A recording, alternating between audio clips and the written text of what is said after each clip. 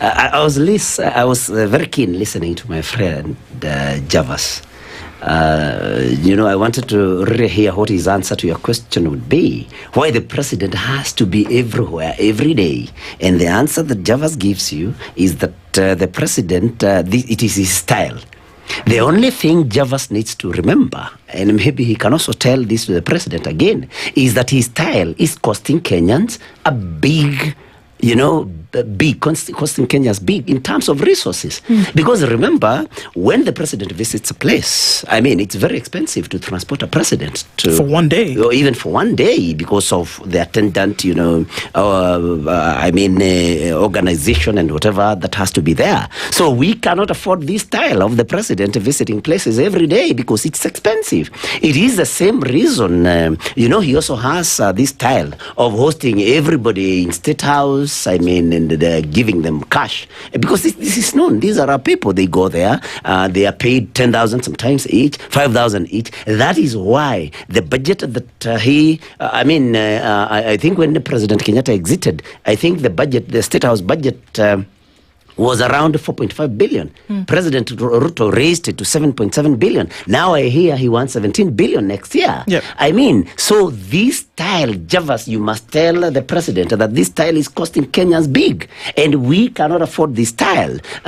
Yesterday there were reports that, actually not reports, both the CS and the PS for education appeared before the, National Assembly's, Education Committee. Yes. And it came out that capitation cannot be met by this government because they are financed.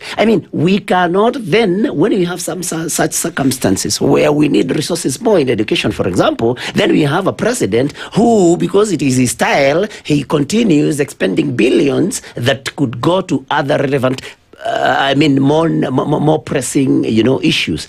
President Ruto must stick to State House or Harambee House and work from there. President Ruto must empower institutions. President Ruto must give autonomy to CSs and PSs and other departments to implement what he needs implemented. We are tired of seeing him on car roofs and visiting, counties every day of the week. He's out there. We are spending huge amounts of money to finance that lifestyle. If it is his lifestyle, then he should then, meet the expenses of that lifestyle from his own resources. Let's look at it from the other side. And is there a possibility that the people that he goes to meet actually desire for him to see them and say, well, let's have a physical or tangible reach to this promise? Is it about the promise to the people anymore? One would imagine that the people of Murang'a are now maybe looking forward to a time where they can see. Is that the case? None other than President Ruto himself has said that people will not be elected on account of how they look like. Surah. He has said that very many times. So the people of Murang'a do not need to see his face because he was not elected because of, on account of his appearance. The people of Murang'a and the people of Kenya want him to fulfill the promises that he kept. He wants him to implement projects that he has promised. They do not want to see his face. Otherwise, we see his face every day on TV. Nobody wants to see him. So it cannot be a case of the people of the electorate wanting to see him.